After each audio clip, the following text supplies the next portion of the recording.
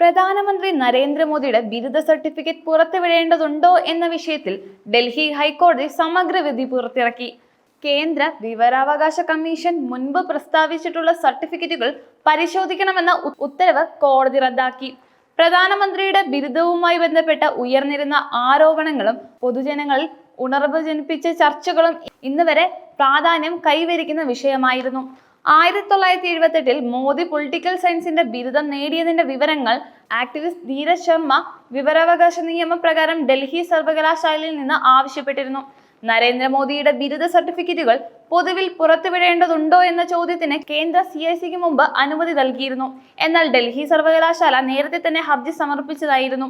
സർവകലാശാലയുടെ വാദം ബിരുദ സർട്ടിഫിക്കറ്റ് പരിശോധിക്കാമെങ്കിലും ഇത് രാഷ്ട്രീയ ലക്ഷ്യങ്ങൾ ലക്ഷ്യമിട്ടുള്ള അപരിചിതർക്ക് അനുവദിക്കാനാവില്ല എന്നതായിരുന്നു. 2014 പ്രധാനമന്ത്രിയായി തിരഞ്ഞെടുക്കപ്പെട്ട ശേഷം മോദിയുടെ വിദ്യാഭ്യാസ യോഗ്യതയെക്കുറിച്ചും സർട്ടിഫിക്കറ്റ് യാഥാർത്ഥ്യത്തെക്കുറിച്ചും ചില വിഭാഗങ്ങളിൽ സംശയം ഉയർന്നിരുന്നു. ഈ സാഹചര്യത്തിൽ വിദഗ്ധർ, രാഷ്ട്രീയ പ്രവർത്തകർ, പത്രപ്രവർത്തകർ എന്നിവരുടെ ഇടയിൽ ബിരുദവുമായി ബന്ധപ്പെട്ട കാര്യങ്ങൾ പൊതു ചർച്ചയാവുകയായിരുന്നു. പൊതുജനങ്ങൾക്കും മാധ്യമങ്ങൾക്കും